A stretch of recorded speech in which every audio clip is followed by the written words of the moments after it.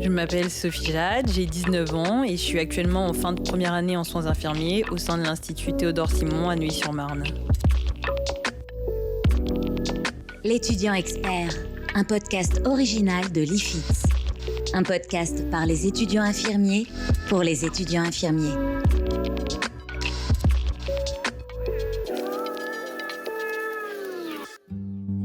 J'ai fait un bac scientifique que j'ai obtenu en 2019. Puis je me suis orientée vers des études de médecine. Donc c'est quelque chose qui m'a toujours plu, j'ai toujours voulu. Donc je me suis orientée vers cette formation.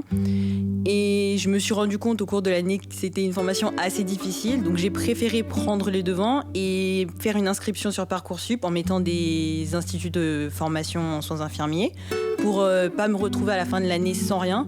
Et finalement, je me rends compte que c'était une bonne chose parce que actuellement, du coup, je suis en fin de première année. Je suis très contente de là où je suis.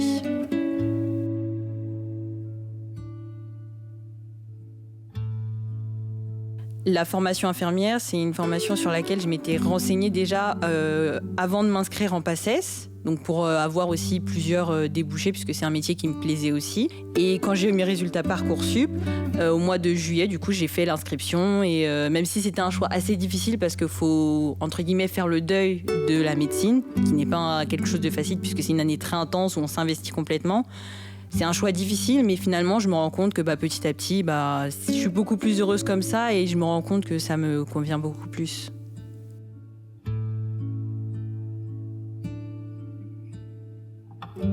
Avant de commencer la formation, les représentations que j'avais de la profession, c'était beaucoup de soins de nursing, donc ça va être les toilettes, l'échange, tout ça.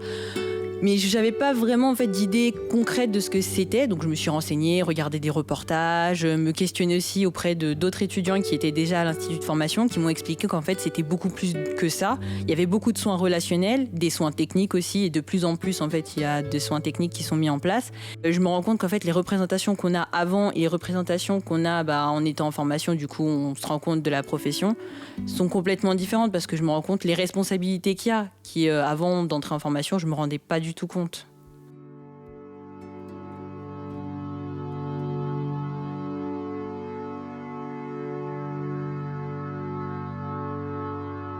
J'imaginais pas la densité qu'il y avait, la densité des cours pour moi. Certes, il y avait de la densité, mais pas autant. Et je me suis rendu compte, même si on me l'avait dit, les étudiants avec qui j'avais parlé m'avaient dit que ça allait être dense, j'imaginais pas ça aussi dense. Mais finalement, on n'a que 3 ans cette formation, c'est l'équivalent d'une licence, donc c'est que 3 ans. Donc du coup, il y a énormément de choses à voir en peu de temps.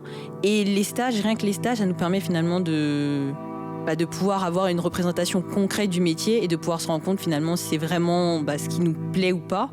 Et je pense qu'il faut vraiment prendre conscience de la charge de travail qu'il y a au sein de cette année, parce qu'on peut s'imaginer que c'est pas si dense, mais finalement il y a énormément de choses en très peu de temps, parce que la première année on se rend pas compte, mais ça passe vraiment très vite, et donc je pense comme toutes les années finalement.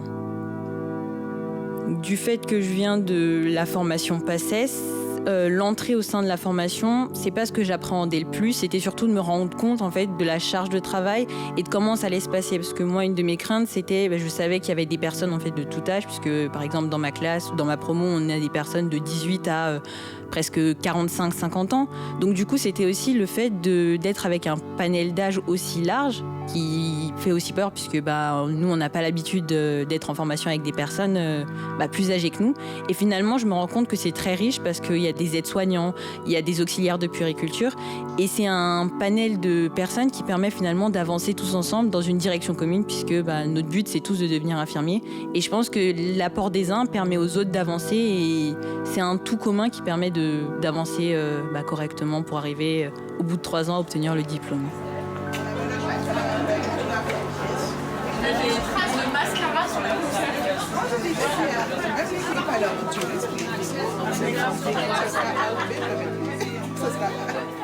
Au début de l'année, donc on découvre beaucoup de monde. Donc faut arriver, on se demande est-ce qu'on va réussir à s'intégrer au groupe, comment ça va se passer, puisque au sein de l'IFITS, il y a des groupes, donc il y a 8 groupes par promotion. En tout cas pour moi c'est le cas. Et on se demande comment ça va se passer l'intégration. Est-ce qu'on va pouvoir créer des affinités, pouvoir se rapprocher des gens. Et c'est quelque chose en fait qui vient très naturellement. En tout cas moi dans ma classe et dans ma promo en général, ça se passe très naturellement. Donc on apprend à tous se connaître, à avancer tous ensemble et ça permet aussi de créer des liens et de pouvoir se soutenir. Parce que y a des moments dans l'année où on ne sera pas forcément aussi bien, ce sera plus difficile parce qu'il y a des matières qui sont plus compliquées ou des moments plus compliqués dans la vie. Et ça permet de tous se soutenir pour avancer ensemble. Par exemple, le moment des partiels, qui est un moment qu'on appréhende tous. On est tous là pour se soutenir. S'il y en a certains qui ont des difficultés, on essaie de les aider pour avancer puisque c'est pas un concours. On est tous là pour le même but, devenir infirmier à la fin. Au début de l'année, forcément, il y a des craintes de comment ça va se passer. Petit à petit, on se rend compte que faut travailler parce qu'il y a du travail derrière. Surtout les semestres impairs, c'est ce qu'on dit, c'est les semestres qui sont les plus denses parce qu'il y a des cours très denses et très importants. Et après, les stages, c'est un moment qu'on appréhende puisque on se dit on ne sait pas dans quoi on va arriver, on ne sait pas comment ça va se passer. Mais finalement, il faut avancer, essayer de découvrir, poser des questions. C'est très important parce que c'est ce qui va faire le plus gros du travail puisque poser des questions, ça va nous permettre d'avancer. Mais il ne faut pas le craindre, le stage. Il faut le prendre comme quelque chose qui va nous permettre d'avancer et de pouvoir gagner en maturité au sein de cette formation. Ça nous permet d'arriver maintenant, là où j'en suis, à bientôt la fin de la première année.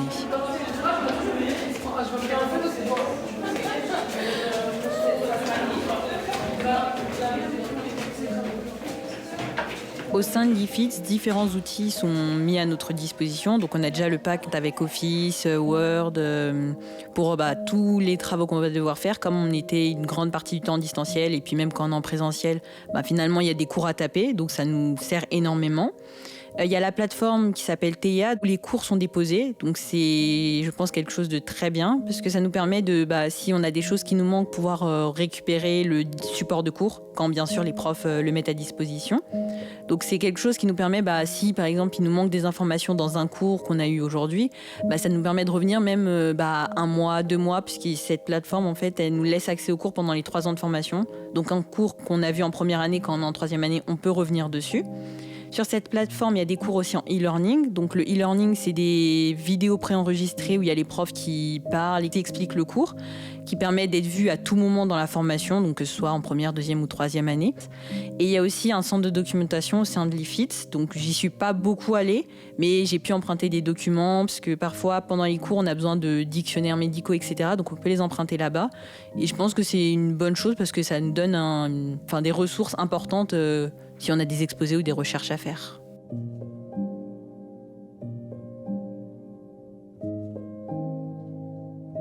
Parmi tout ce qui a été mis en place par l'IFITS, ce que j'ai vraiment aimé, c'est vraiment la plateforme TEIA. Là, on peut retrouver tous les cours parce que c'est vraiment une chose très importante.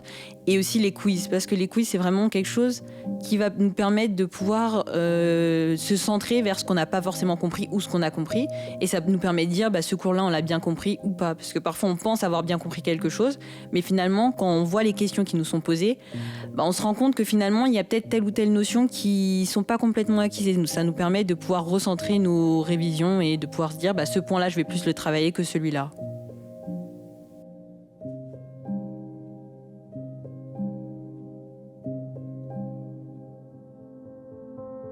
Au sein de l'IFITS, tous les groupes ont un référent de suivi pédagogique. C'est un formateur qui va nous suivre tout au long des 3 ans et qui va pouvoir nous encadrer, nous aider, par exemple au cours de stage si on a des difficultés.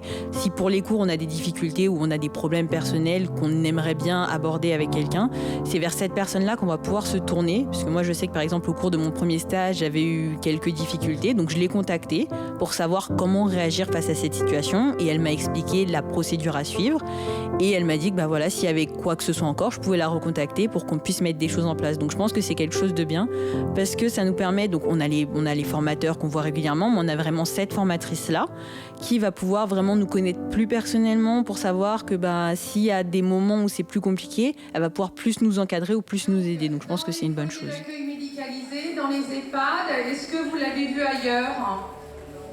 Non. Donc en effet, c'est essentiellement dans les lieux de vie qu'on va les voir. Et donc par rapport au projet de soins, est-ce que vous avez une idée de comment s'articule un projet de vie. Au cours de la formation, il va y avoir 3 types de cours. Donc, il va y avoir les CM, les TD et les TP. Donc, les CM, c'est ce qu'on appelle les cours magistraux. Donc, ça va être en fait le cours en général. On va nous donner toutes les informations théoriques. Donc, le cours en général. Il va y avoir les TD. Donc, les TD, ça va être un moment où on va revenir sur les cours pour pouvoir approfondir des points, vraiment voir ce qu'on a compris ou pas. Donc, c'est en fait retravailler les CM qu'on a eu précédemment. Donc c'est intéressant puisque ça permet de pouvoir voir quels points vont être importants pour les partiels, parce que parfois on nous indique que travaillez bien cette notion parce que c'est une notion très importante. Et les TP, donc c'est les travaux pratiques. Donc en fait, on va mettre en pratique. Donc par exemple, ça va être des TP sur les prises de sang, des TP sur les pansements. Et donc ça nous permet vraiment de pouvoir voir comment ça se passe. Donc avec les règles de bonne pratique, de bonne manière. Et c'est vraiment intéressant parce que sur le terrain, on va voir des prises de sang, des pratiques qui vont être mises en place, mais ce ne sera pas forcément les bonnes. Donc les TP, ça nous permet de voir quelles seront les bonnes pratiques. Et je trouve que c'est vraiment très intéressant les TP parce que ça permet d'avoir une représentation concrète de la formation que les TD ou les CM ne nous apportent pas. Premier à utiliser. Donc c'est sûr que par exemple une personne obèse, avec ça vous ne toucherez jamais le muscle. D'accord, ça c'est sûr et certain. D'accord. Par contre, deltoïde, oui. D'accord. Là pour les vaccinations tout ça, c'est limite un peu grand même. Ouais. Vous voyez. Donc il faut adapter l'aiguille. Mais ça, c'est pas le médecin qui va vous dire comment adapter l'aiguille, quelle aiguille il faut prendre, c'est vous. Hein. Exactement. Ok. Les sous-cutes, vous voyez, les sous-cutes, elles sont toutes petites. Hein. Et encore, il y en a même parfois des toutes petites. Au cours des TP, on voit des pratiques, donc qui sont ce qu'on appelle les bonnes pratiques, qui sont pas forcément mises en place sur le terrain. Le décalage entre la théorie et la pratique, c'est parfois quelque chose d'assez compliqué à gérer, puisque quand on est en stage, on est sous les ordres de quelqu'un, donc on va pas non plus aller contre lui, puisque c'est lui qui nous encadre et qui nous dit comment faire, même si on essaie de mettre en place les bonnes pratiques.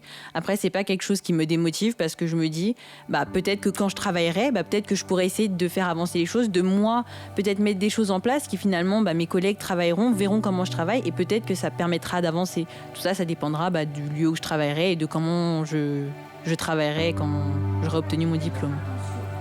Et on va essayer de trouver le terme sémiologique adapté. Le terme sémiologique, c'est le signe clinique. Ce sont des termes de vocabulaire que vous allez devoir vous approprier. Il va falloir les apprendre.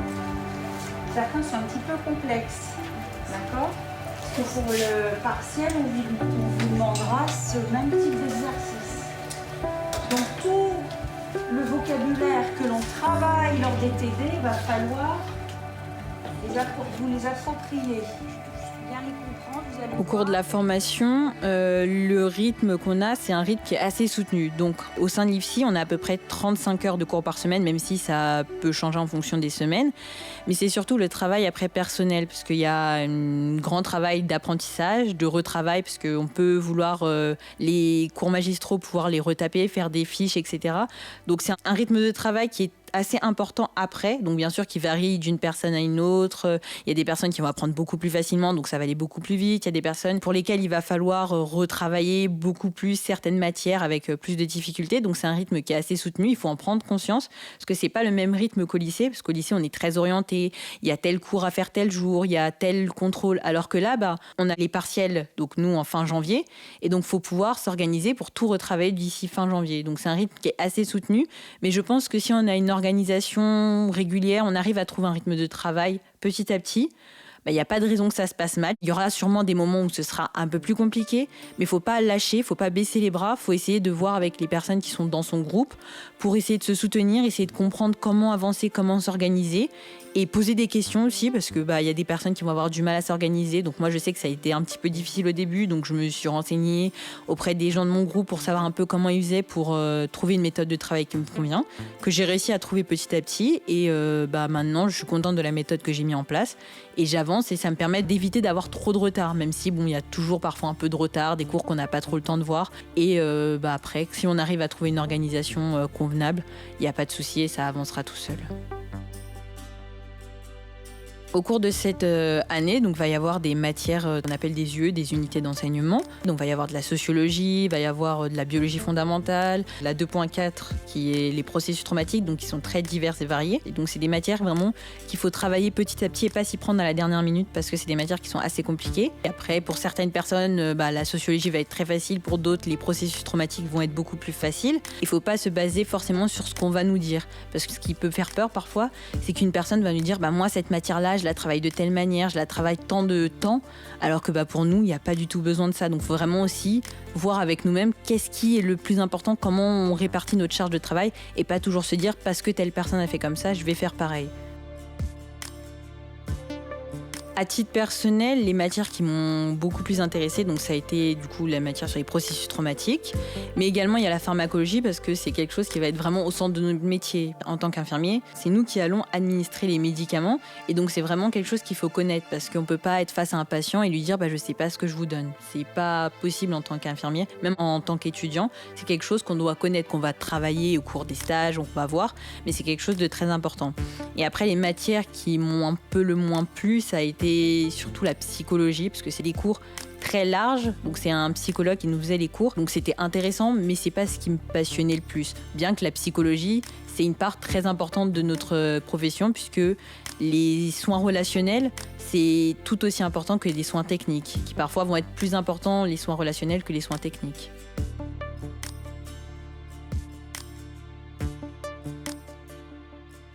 Au sein de la promotion, on est 200 personnes, donc ça va être pour les CM.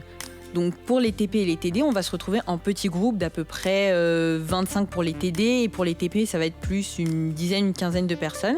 Donc pour les groupes de TD, ça va être le groupe qui va être formé au début de la formation, donc un groupe en fait qui nous suit tout au long de la formation pour les 3 ans.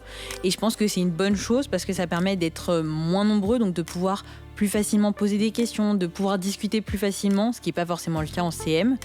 Et pour les TP, on se retrouve en plus petits groupes encore d'une dizaine ou une quinzaine de personnes maximum, ce qui permet en fait de pouvoir tous pratiquer, de pouvoir voir comment ça fonctionne, puisque si on était 25-30, ce serait beaucoup plus compliqué de pratiquer, puisque les temps de TP sont majoritairement de 2 heures, souvent.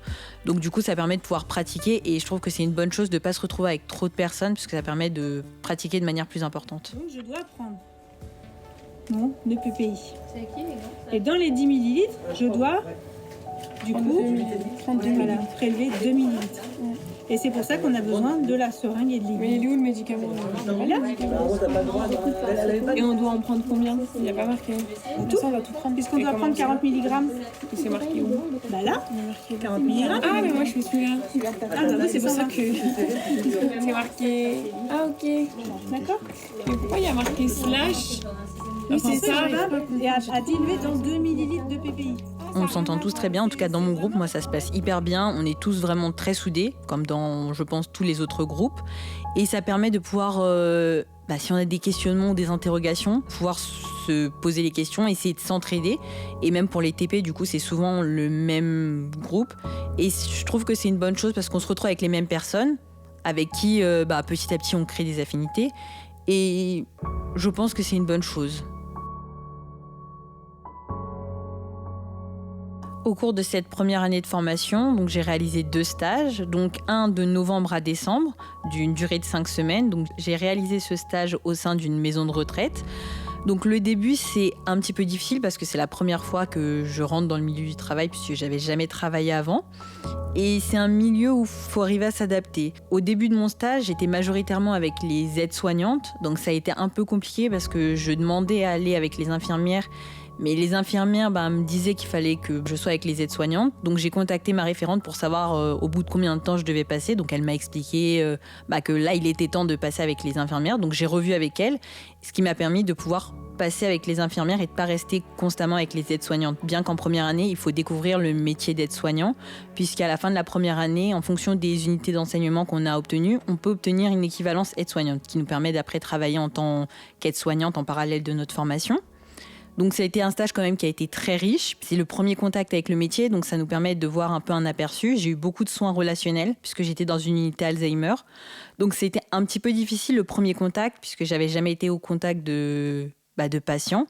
Mais finalement, je me suis rendu compte que les soins relationnels prenaient une grande part dans cette unité. Et après, pour mon deuxième stage, donc d'une durée de 10 semaines, donc je l'ai fait au sein d'une clinique psychiatrique. Donc c'est moi qui avais décidé de faire ce stage.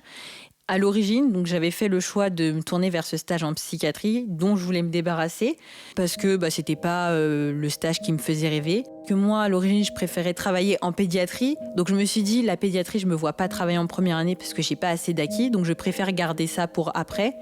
Mais finalement, la psychiatrie, c'est un peu un stage comme un autre. C'est pas le stage qu'il faut délaisser et c'est finalement un stage très important parce que des cas psychiatriques, on va rencontrer quel que soit le service. C'est pas qu'en clinique psychiatrique, parce qu'il y a des pathologies qu'on rencontre que dans certains services, alors que la psychiatrie, quel que soit le service dans lequel on va travailler, on va en rencontrer. Donc c'est vraiment important de prendre ce stage dans son entièreté et de vraiment pas se dire « oh là là, je vais en psychiatrie et puis je veux plus en entendre parler ». C'est des patients qui ont certes une pathologie psychiatrique, mais c'est des patients comme les autres. Il faut beaucoup discuter, plus que dans certains services, prendre du temps pour les personnes, mais finalement le soin relationnel va être aussi important que l'administration des traitements, puisque c'est des patients qui parfois ont besoin de s'exprimer et ça va leur permettre de pouvoir avancer dans leur prise en charge. Et c'est vraiment ça que j'ai découvert au cours de ces 10 semaines. Donc ce stage-là a été très prenant puisque c'est des personnes qui sont pour certains en demande constante d'attention.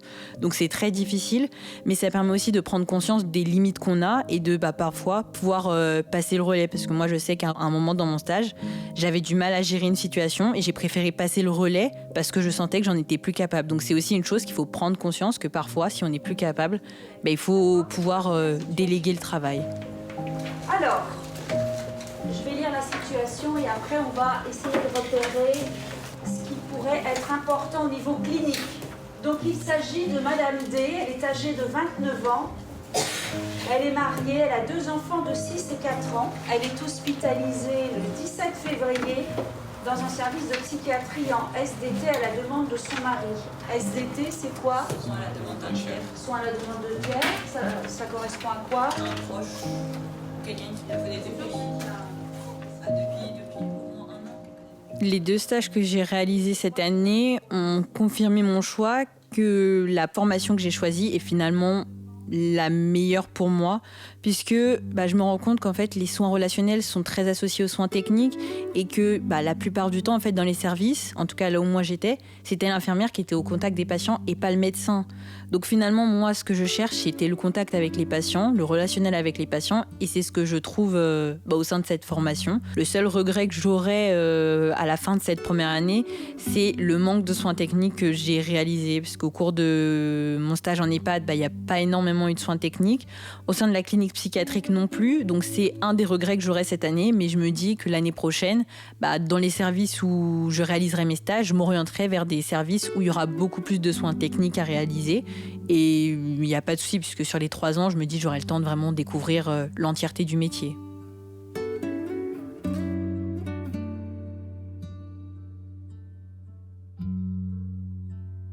Les partiels, c'est quelque chose que chaque étudiant au sein de la formation appréhende parce que c'est la finalité de chaque semestre. Donc pour le premier semestre, c'était beaucoup de matières assez denses. Donc on essaie de s'organiser. Pour ma part, j'ai essayé de m'organiser, petit à petit réviser. Mais il y a forcément des choses qu'on revoit à la dernière minute, même si à chaque fois on se dit non mais cette fois je vais me prendre de l'avance, mais finalement ça n'a pas été forcément le cas. Donc moi ce que je pense, c'est ce que j'ai mis en place, c'est faire un planning de révision qu'il faut essayer de se tenir au maximum. Donc bien sûr ne pas trop charger le planning parce que parfois on a tendance à mettre une quantité importante de travail sur une journée qui n'est pas réalisable, donc il faut aussi réaliser des plannings de révision qui sont réalisables. Après, il faut faire des priorisations parce que quand on arrive à quelques jours des partiels, il y a parfois des matières qu'on n'a pas eu le temps de voir. Donc, il faut essayer de voir qu'est-ce qui est le plus important à réviser, bien qu'il faut essayer de réviser le maximum de cours. La meilleure chose à faire, c'est essayer de s'organiser petit à petit, de réviser petit à petit. Pas forcément de vouloir tout voir d'un coup, mais de voir une partie, puis après une autre partie.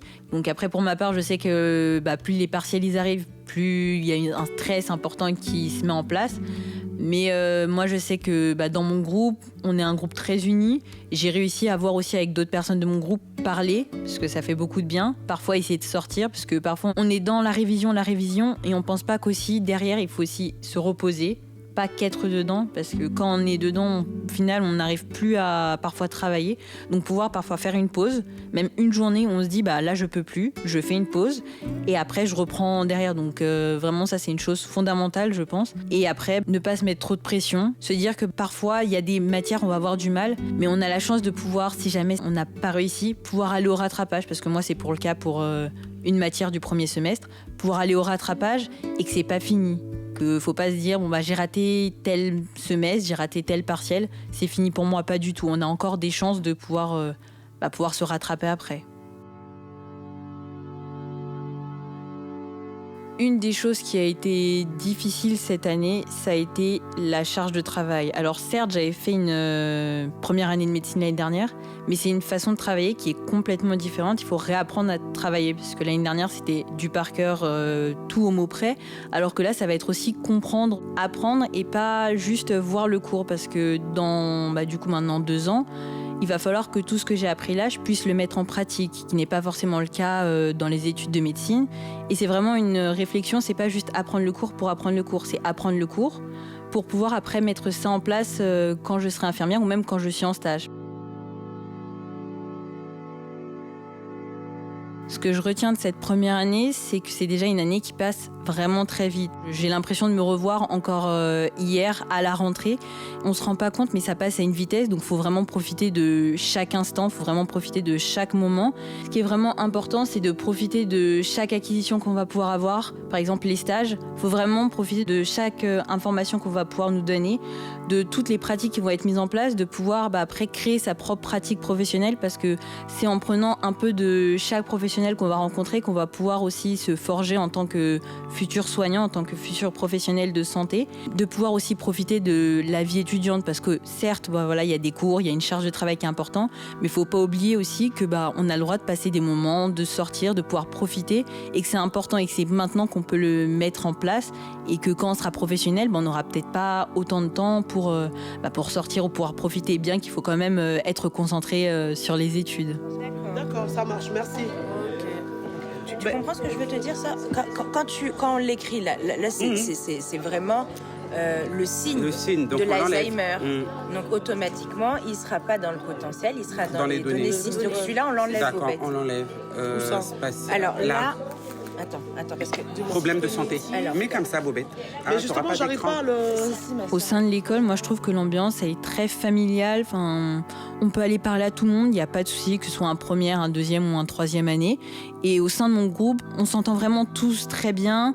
On peut s'appeler, il n'y a pas de souci. On communique très bien ensemble. Et je pense que c'est ça aussi qui permet d'avancer et de, même dans les moments difficiles, se dire que là, c'est peut-être compliqué, mais j'ai aussi mon groupe derrière qui va pouvoir me soutenir si j'ai des difficultés.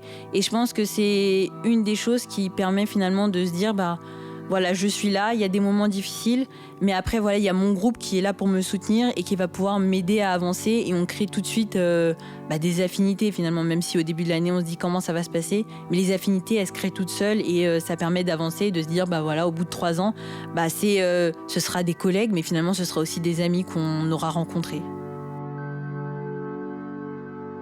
À la fin de cette année, les représentations que j'avais et la vision du métier que j'avais sont complètement différentes, parce qu'on se rend compte de la réalité du terrain et pas de ce qui nous est montré. Parce que quand on voit des reportages, quand on voit des émissions, même quand on pose des questions, on n'est pas immergé à l'intérieur de la profession. Alors que là, quand on est en stage ou quand on est au sein de la formation, on se rend compte de la charge de travail qu'il va y avoir. On ne peut pas imaginer tout ce que l'infirmière va devoir faire.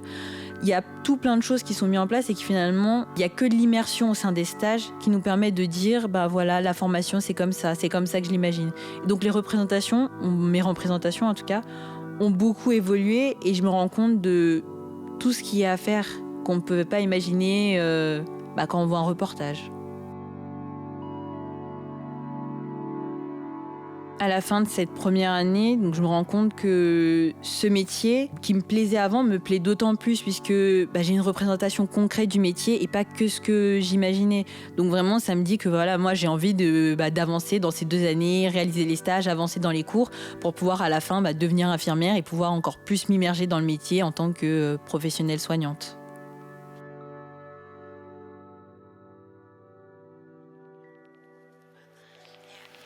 Les conseils que je donnerais à des futures premières années, ce serait de travailler régulièrement, parce que c'est vraiment une chose qui est très importante, de trouver sa propre méthode de travail. Mais ce serait également de profiter, parce que c'est vraiment une année qui passe très vite. J'ai l'impression encore de me retrouver en septembre, à la rentrée, à rencontrer tout le monde.